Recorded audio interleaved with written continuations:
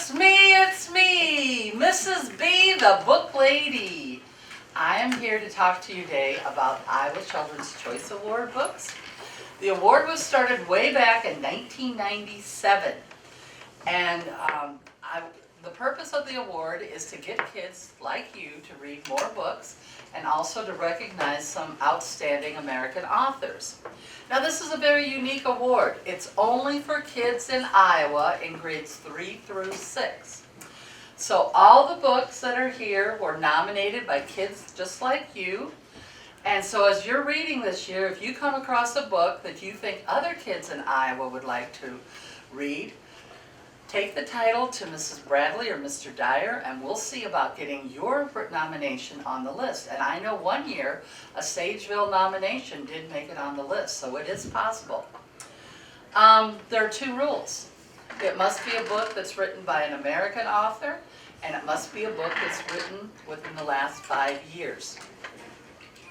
I looked last night, and all of these books were published, except for 3 of them, in 2021. The 3 that weren't published that year were written in 2022. So yeah, these are all new books, aren't they? Now here's the fun part. If you read at least 2 books this year, by the end of March, you'll get to vote for the winner. And it will count if you hear one of the books. So maybe we can get your teacher to read one of the books, and then we'd only have one more. Could you read more than 2? Yeah. Yes, you could. So, I've been giving my book talks now. This is the 19th year that I've been doing this.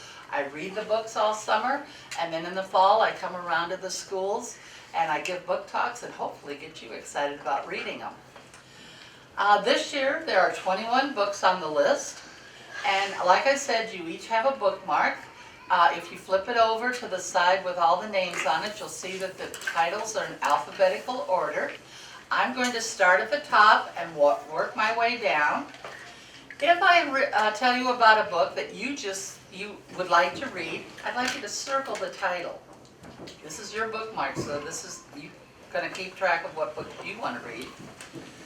If there's a book that you think, I can't wait to read these books, draw a star next to the one that you just can't wait to read. And there could be more than one, couldn't they?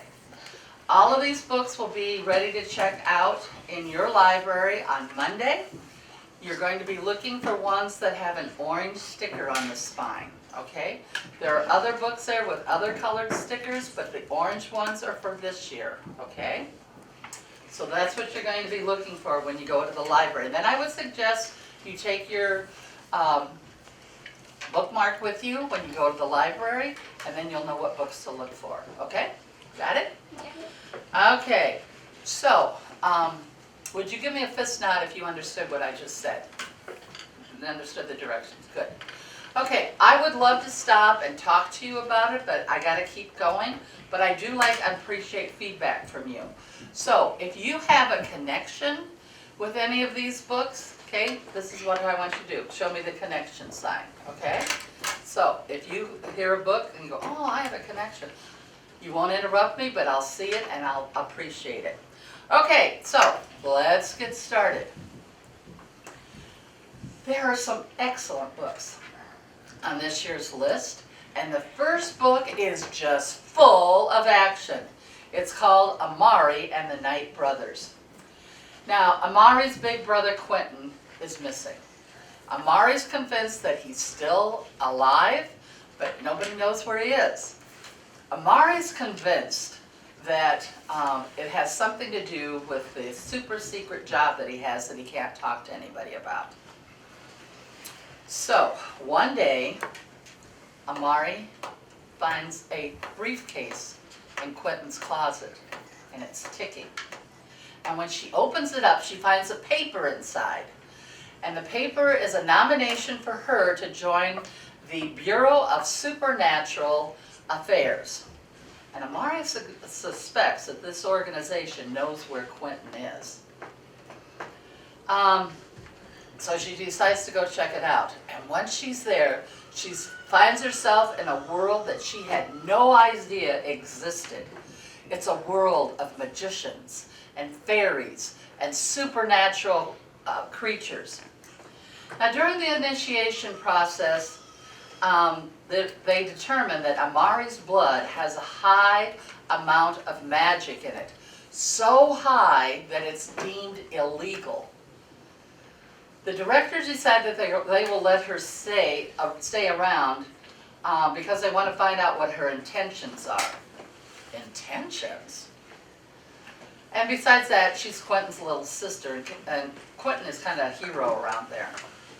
Well, Amari, through it all, keeps looking for Quentin. She does have help from her roommate Elsie, and Elsie's is waiting for the day until she can shapeshift into a dragon.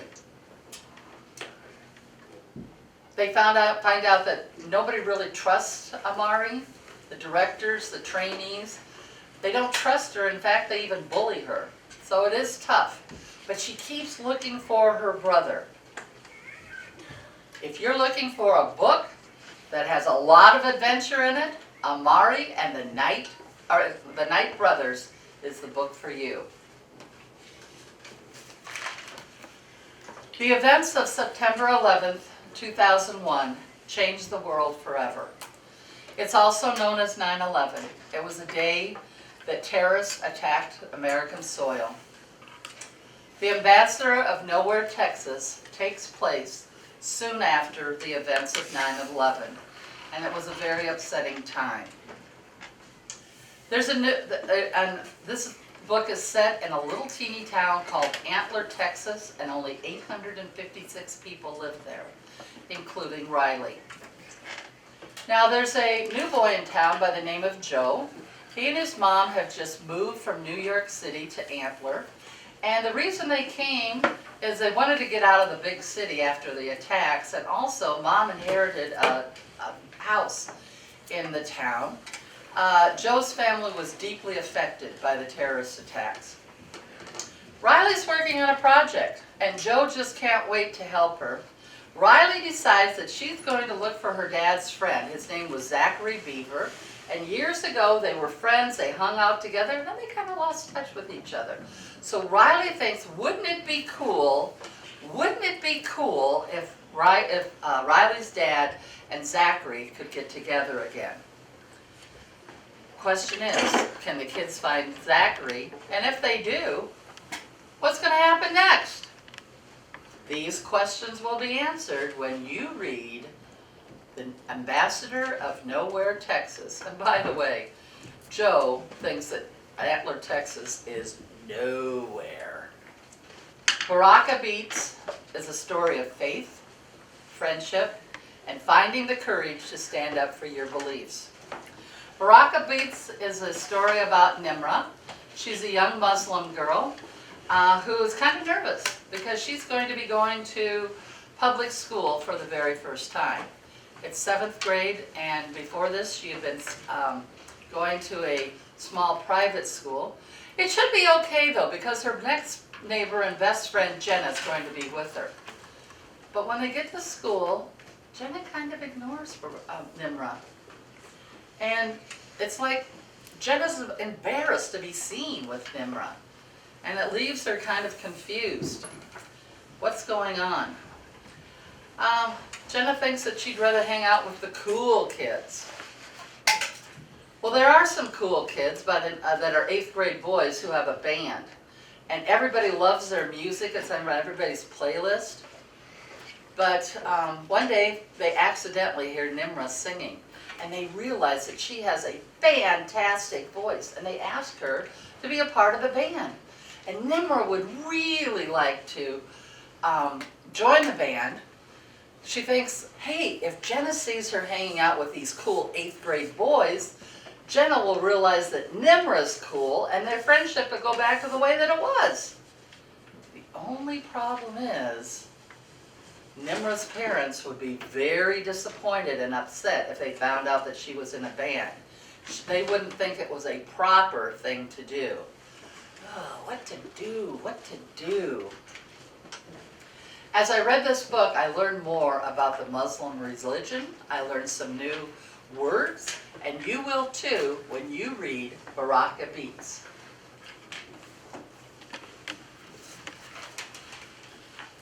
Marvel worries about everything, but soon she's going to realize that everything is better with butter. The story begins on the worst day of Marvel's life. Her class is giving presentations in the auditorium, and she, when it's her turn and gets up to the microphone, she freezes with fear.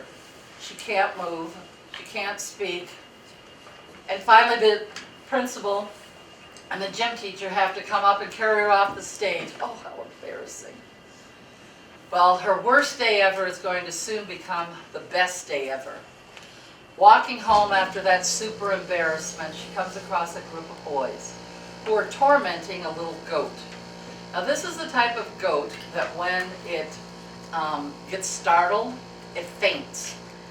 And the boys think this is hilarious. Well, Marvel realizes that, yeah, this is wrong. And so she goes up to the boys, and she doesn't know where it comes from, but she gets the courage to get the boys, the bullies, away from the little goat. And they listen to her. Marvel immediately picks the goat up and takes it home. And she soon discovers that the goat is wearing a collar with a name tag on it. And it says butter on it. There's an instant connection between butter and Marvel. It's like they know they need each other. And Marvel decides that yes, she's going to keep Marvel decides she's going to keep butter, but it's going to be a little tricky convincing Mom about this, especially when the first thing butter did, ate all the tops off of Mom's plants.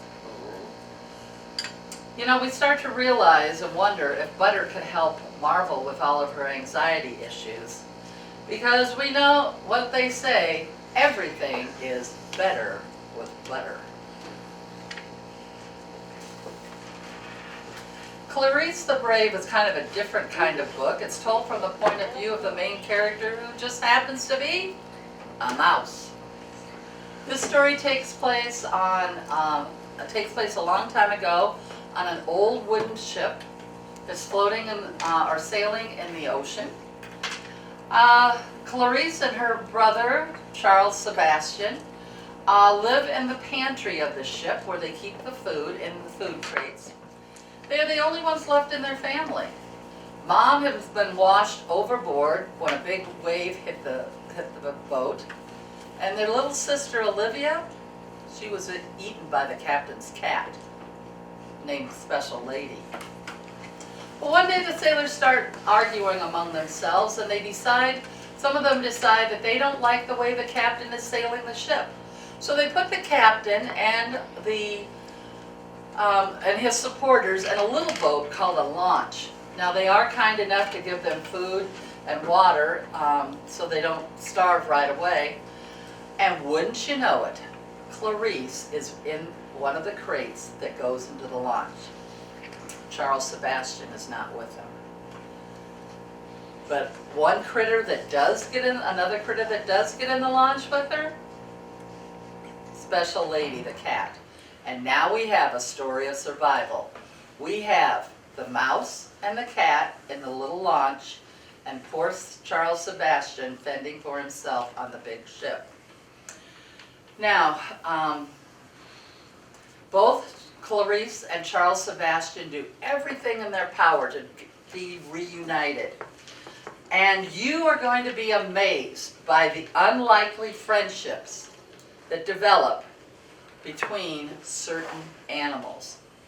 It's a good thing that Clarice is known as the Brave.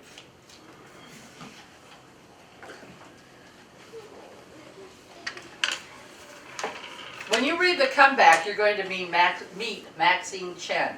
She's a Chinese-American girl who dreams of skating in the Olympics someday. And she's willing to do all the hard work that it takes to make her goal. Now, over the years, there have been many Asian Olympic stars in figure skating. They are Maxine's heroes and her role models. She even has their posters hanging in her bedroom. Yes, Maxine is very focused on reaching her dream of skating in the Olympics, but she does have some distractions. There's a bully at school by the name of Alex. Alex makes fun of the way Maxine looks because of her Asian features. He's disrespectful of her Chinese heritage, and he says some very hateful things. Now, Maxine's too embarrassed to report any of these incidents, and so they keep going on. And then there's Holly. Holly is a new girl in town, and she's also a skater. In fact, she's an excellent skater. Her stellar moves on the ice are very difficult to perform, yet Holly seems to do it with grace and style. Will Maxine crash and burn under the pressure of all these obstacles, or will she power her way through to a comeback? And I do have to tell you, at the beginning of each chapter, there's a picture of Maxine doing some various skating moves. So I think that you'll enjoy reading the comeback. You won't believe it. Amber Blake is going to be the new writer of the advice column Dear Student in her school newspaper. But shh, don't tell anybody, because it's supposed to be a secret identity. Nobody's supposed to know who's writing this. Autumn's dad is serving in the Peace Corps overseas, and she misses him a lot. Oh, sure, there's texting and FaceTime, but she just misses her dad. Dad knows that Autumn has some social anxiety. She's always worried about that she's going to do something to embarrass herself, or people are going to laugh at her. And so Dad suggests that she try one thing and get involved with one thing at school. And when this opening comes up on the school newspaper, she decides to apply for it. And she's happily surprised when she gets the position. Another happy surprise is that Autumn makes 2 new friends this year, which is a good thing because her old best friend just moved to California. Now, these friends are very different. There's Cooper, a guy who's quiet and shy, and Logan, a girl who is very outgoing and the life of the party. They're very different.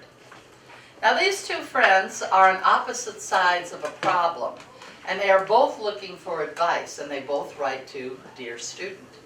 And Autumn wonders how she can give advice to both of her friends when they want 2 different things. Ooh, again, what to do, what to do. Maybe Autumn should write to Dear Student.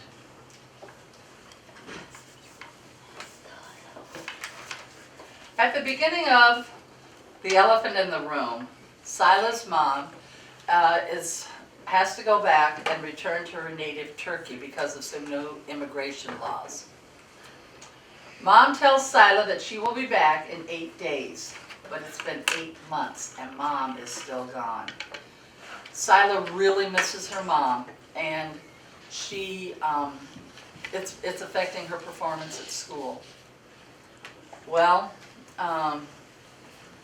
she just is kind of at a loss without Mom. Dad is an auto mechanic, and he takes Sila with him out to a farm to look at old truck, and that's where Sila meets Gio. Gio is an older gentleman who lives on a farm and who just won the lottery. He's got a lot of money to spend. And what does he spend it on? He buys an elephant. Vita is an elephant who used to be a part of a traveling circus that's now closing down. And when Sila meets Vita, it's love at first sight. She just is so involved and thrilled with meeting Vita. The next time she goes out to the farm, she takes her friend Mateo. Mateo's a kid from school who has some special needs, and he's also captivated by Vita. When school gets out, the kids decide that they would like to help out Geo at the farm, and they get permission from their folks to do so. So they have different jobs to do to help take care of Vida, including taking care of all the elephant. Oh. We soon realize that Vida is meeting the needs of the kids as they are taking care of her. And I will tell you, there is a surprise ending. I did not see it coming. Maybe you will when you read The Elephant in the Room.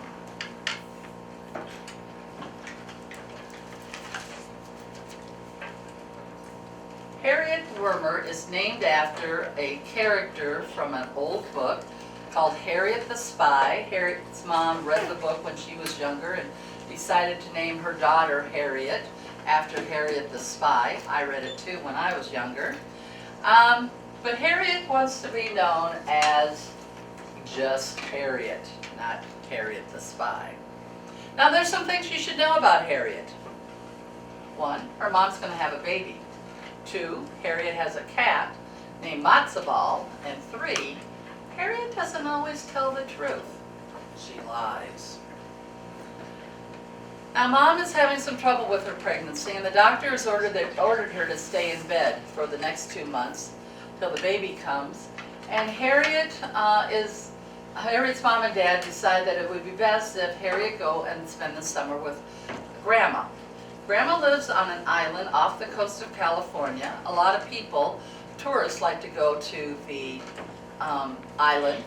In fact, Grandma owns what's called a bed and breakfast, which is a mini motel that people have in their homes. Grandma decides that, yeah, it would be kind of nice to have Harriet around to help out. And one day they are out in the backyard cleaning out the shed, and Harriet opens up an antique dresser, and inside she finds an old key. And Harriet wonders, wonder what this unlocks, wonder what this does. Maybe a treasure's involved. Well, and she realizes that there's a mystery here, and she is going to solve it. And along the way, she just might learn something about her dad, about when he was growing up on the island. Hey, maybe Harriet's more like Harriet the Spy than she realizes, and she's not just Harriet. Have you ever wondered what it would be like to live on another planet? Like Mars? This is a story, The Lion of Mars, tells us what it might be like. Now this book is set far into the future, and it does take place on Mars. At that time, there are 5 countries who have settlements on Mars, including the United States, France, and Finland. Now there are 11 people who live in the American settlement. There are 6 adults who, yes, remember living on Earth, but there are 5 kids who don't remember being on Earth at all. Now, this story is told from the point of view of 11-year-old Bell. He's the youngest person on the settlement. And like I said, it's told from his point of view. Now, everyone has jobs and chores to do at the settlement. And Bell's favorite job is to work on the algae farm with Phineas. Now, algae is very important to the settlement. It provides oxygen for them, it provides food for them, and they also use it to make toilet paper. Now, there are rules to follow.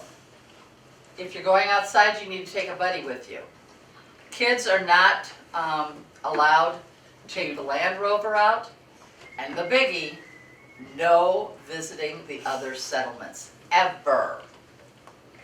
Well, one day, one of the adults gets sick, and pretty soon all the adults are sick in bed with a cough and cold. The kids think that they can handle it, and they do okay for a while, but then things start breaking down because the adults aren't there to do the maintenance. And then they also start running out of medicine. The next time a shipment is coming from Earth, 8 months and they decide the only thing they can do is go to another settlement. But that means the two biggies, no biggie no-nos. They'll have to take the Land Rover, and they'll have to go to another settlement. And we wonder, will the Lion of Mars be able to save the day? Read the book to find out.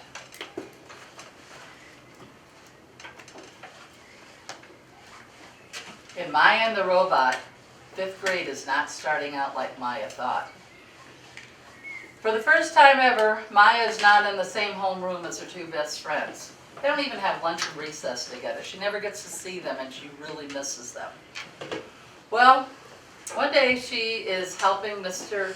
Mac, her neighbor, clean out the cupboard or the closet at his convenience store.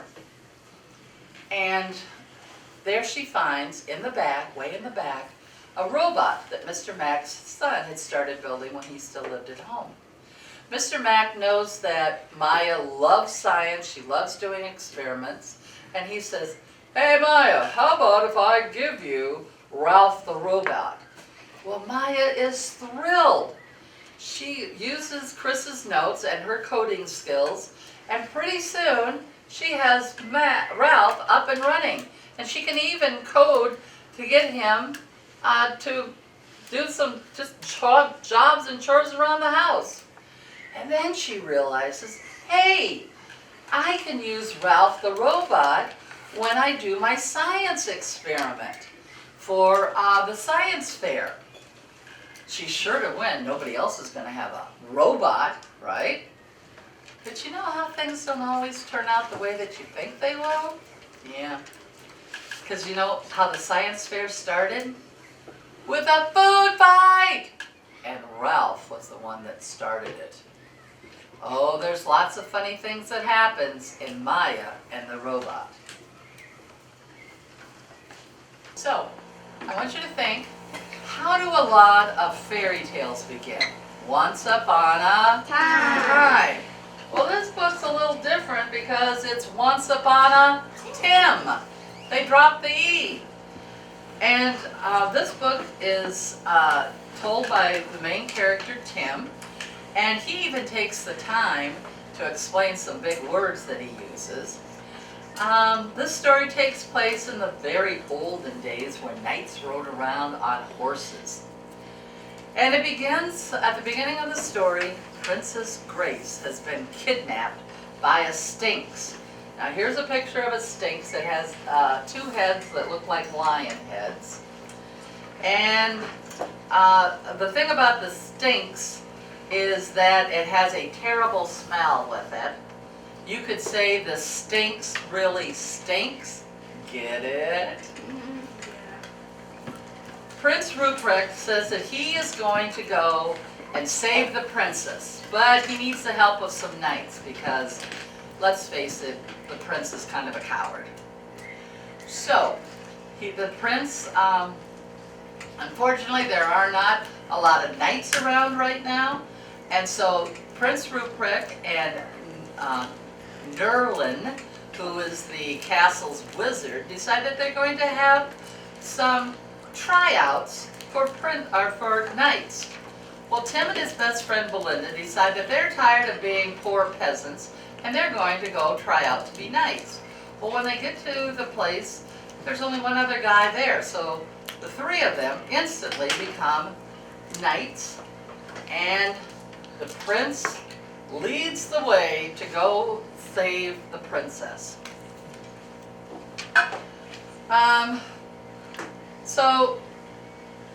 Anyway, they take off and they have to travel through the Forest of Doom, and they have to go across the River of Doom and over the Chasm of Doom to get to the Sphinx lair. Did you kind of notice a little pattern going on there? Okay, this book is hilarious. This has so many funny pictures in it, and I think that you will enjoy reading and looking at all the pictures that are in Once Upon a Tim.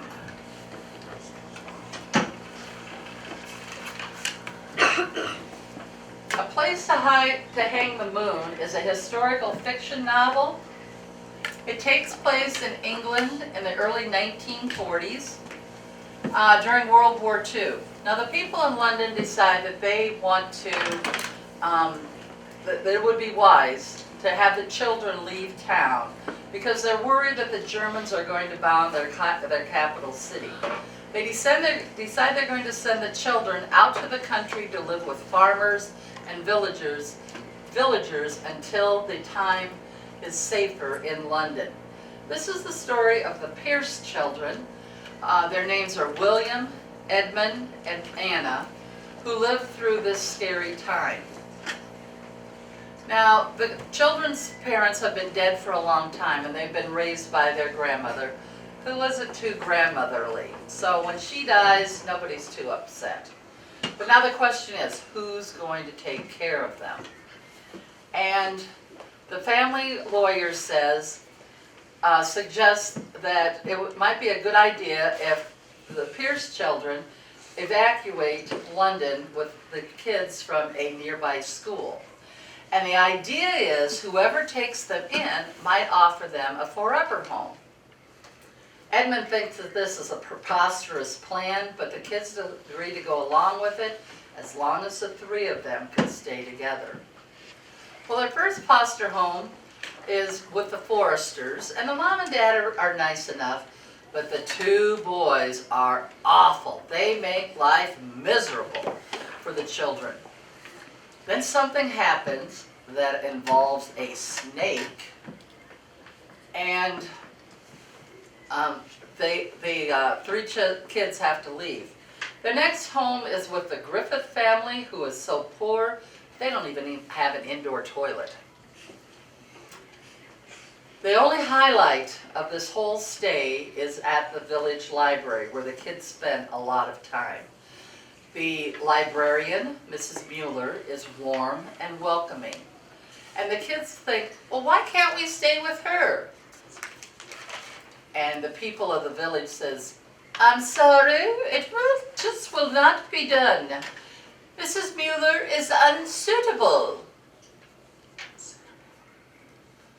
Well, could it have something to do with the fact that her husband is a German, and that's who they're having a war with? The poor children, they're just looking for a place where they can hang the moon.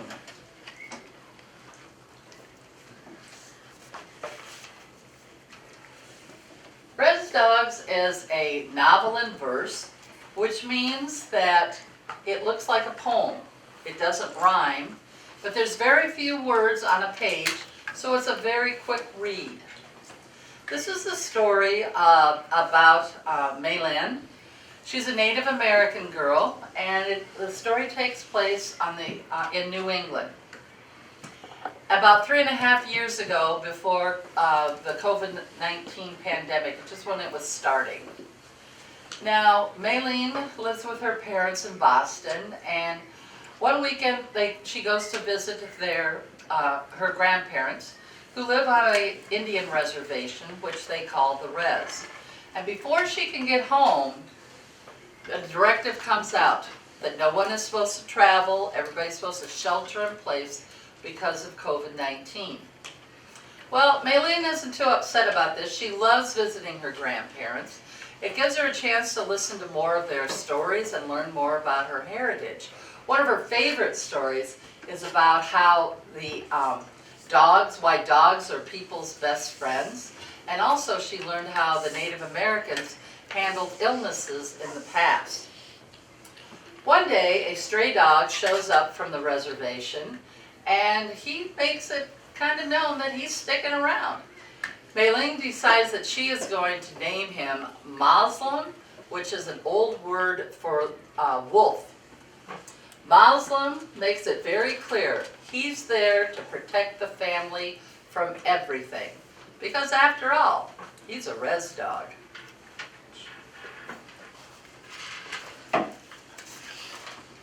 Joy's family is going through a really rough time right now, and she needs a soft place to land. Dad has lost his job. They've had to sell their house, and now they're living in a tiny apartment with very thin walls. And Joy and her sister are hearing Mom and Dad argue all the time. Joy is used to finding some comfort in her music, but now there's no extra money for her to take lessons. And she's kind of upset about that. One bright spot of this whole situation is that she has met a new friend, Nora, who lives upstairs in the apartment building. And Nora introduces Joy to the other kids who live there, and soon they're known as the Fabulous Five. And then the kids let Joy in on a big secret. And if I tell you, you promise you won't tell anybody? There's a secret room in the basement of the apartment building. The kids call it the hideout. Only kids know about it, and only kids can go there. There are comfy chairs, there's games to play down there. It's just a cool place to hang out without any adults. Nora and Joy decide that they are going to start a business, a dog walking business, so they can earn money. Joy wants to get money so that she can start her music lessons again, and Nora wants to buy a movie camera. Joy's thinking, wow, I've got new friends, I've got a job, I've got a secret place to hang out. Life is good. And then something happens. While Joy's out walking the dog, one of the dogs runs away, and Joy has lost the dog. The building superintendent finds out about the hideout, and he closes it. And it's all Joy's fault. Maybe she hasn't found a soft place to land like she thought. Just like Marvel in our earlier book, Ben worries a lot. And just like Marvel had Butter in our earlier book, Ben has his dog, Sunshine. Now Dad calls Ben the what if kid. What if? He's always asking what if questions. What if there's a bad storm? What if I can't find my way home from the library? What if? What if? Ben has some anxiety issues, and they could come from the fact that his mom left him when he was only 3 years old, and he hasn't seen her since. Ben would really like to have a mom in his life again. Mom is a writer, and she lives on a remote island in northern Minnesota, and it takes 2 hours to get there by canoe. It's the only way to get there. Now Ben is going to get to spend a whole week with his mom, and he has an idea of what he's going to do to convince her to come home and be his mom again. He really wants a mom. But now there's a whole new set of what ifs in his mind. What if I don't know how to paddle the canoe? What if I have to go to the outhouse in the middle of the night? I have to go outside. What if? What if? And despite all his fears, Ben is determined to spend this week with his mom and convince her to come back home with him. I will tell you that Ben does have several adventures on the island, including one with a bear. It's a good thing that Sunshine is with him all the time. Or is she?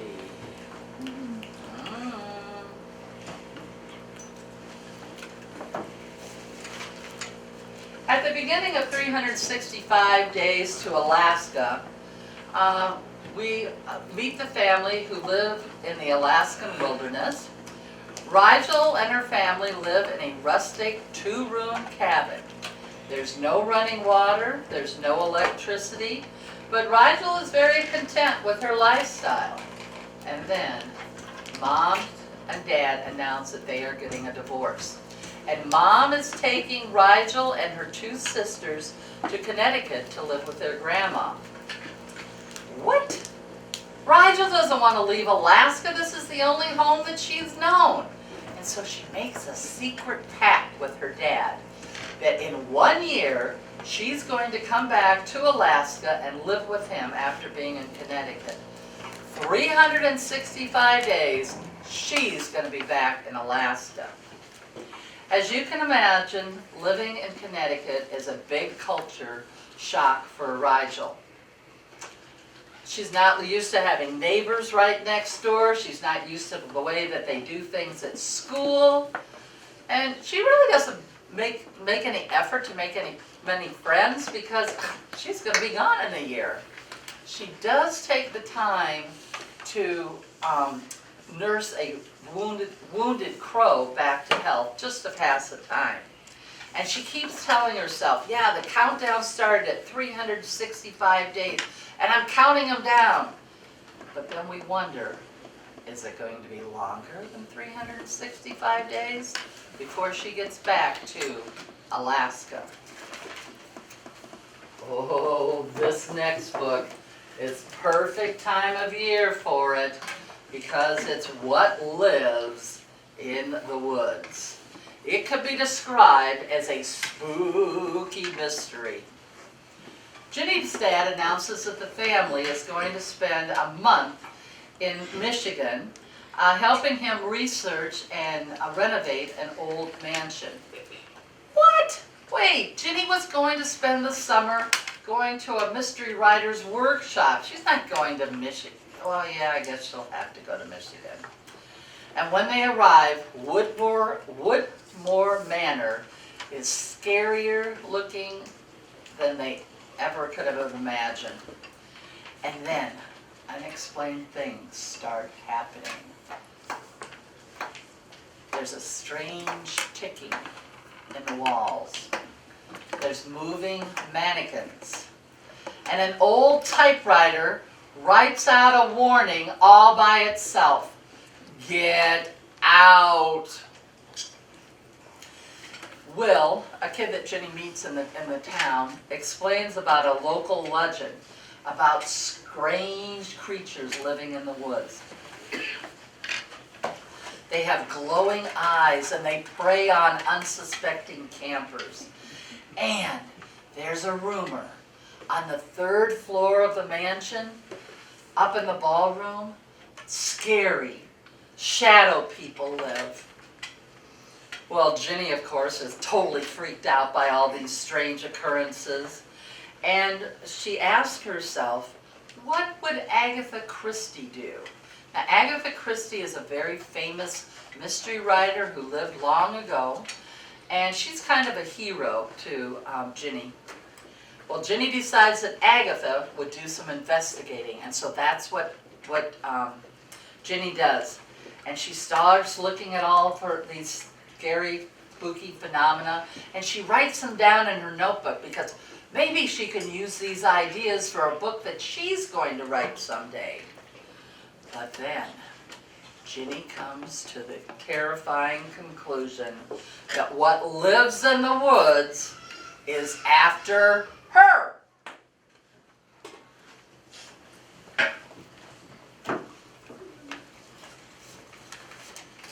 You might think, when life gives you lemons, make peach pie is kind of a goofy title. My husband, Mr. B, did.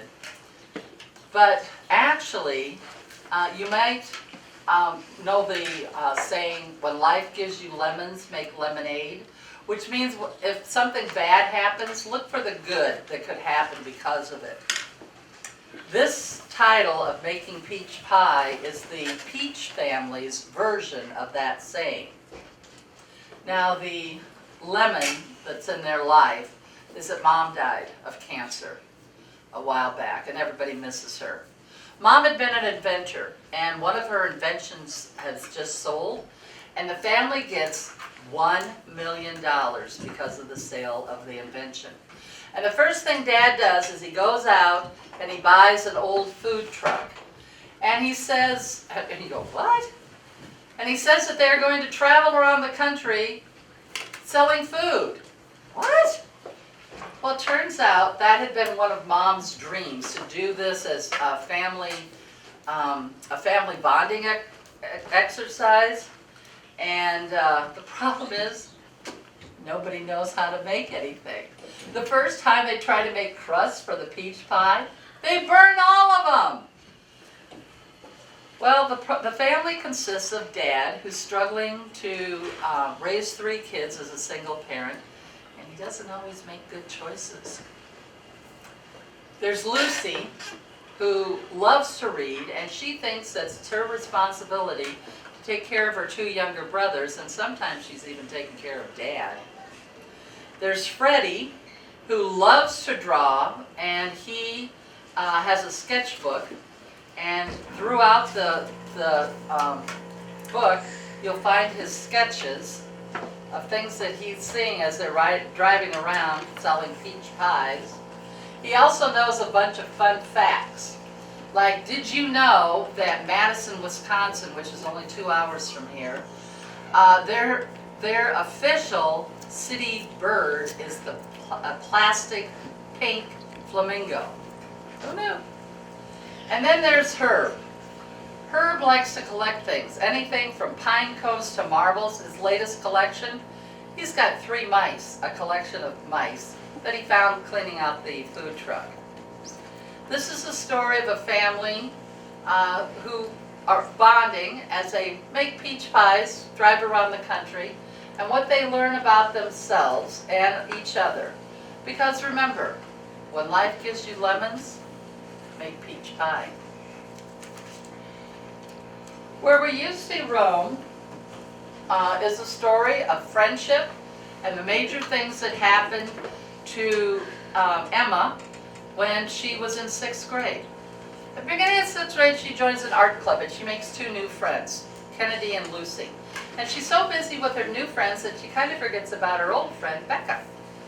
Well, Emma and Kennedy accidentally do something to Becca that hurts her a lot. Emma's afraid she's never going to forgive her. And then Austin, Emma's brother, gets hurt playing football. He has to have surgery and the doctor gives him some medicine for the pain, but then he gets addicted to the painkillers. And when he's on drugs, he doesn't act like himself. He doesn't want to do his schoolwork or participate in family activities. Mom and Dad have found a rehab place near their house that they hope and that will take care of his drug addiction. They want to concentrate on Austin, so they decide to send Emma out to Wyoming to live with friends for the summer. Emma is kind of anxious to go and get away from all the trauma drama at home. She does like it in Wyoming. She gets to see buffaloes roaming around, first time ever. And she makes a new friend, Tyler. But we wonder what's going to happen when she goes back to Boston. Will all those problems still be there? You'll find out when you read Where We Used to Roam. I would say that our last book is a fantasy book that's set long ago. Willadine is a girl who loves all animals. People, not so much. She especially cares for the unlovable creatures called the screechers. Now a screecher kind of looks like a wild boar and it has tusks that they use for digging. A screecher also has a flat tail like a beaver, and sticking up from that tail are quills like a porcupine. And screechers smell. Now the villagers think that screechers are pests, and they've kind of hunted them out of existence. So there's not very many around. One creature that the villagers do care about are these cute little hummingbirds that look like little baby bears with wings. Every year the hummingbirds come back to the village, they build their bubble nests in the blue willow trees, and tourists come from all over the place to see these. It's quite the sight to see. But now the hummingbirds are not coming back. And the villagers can't figure it out. Could it have anything to do with the screechers not being around so much?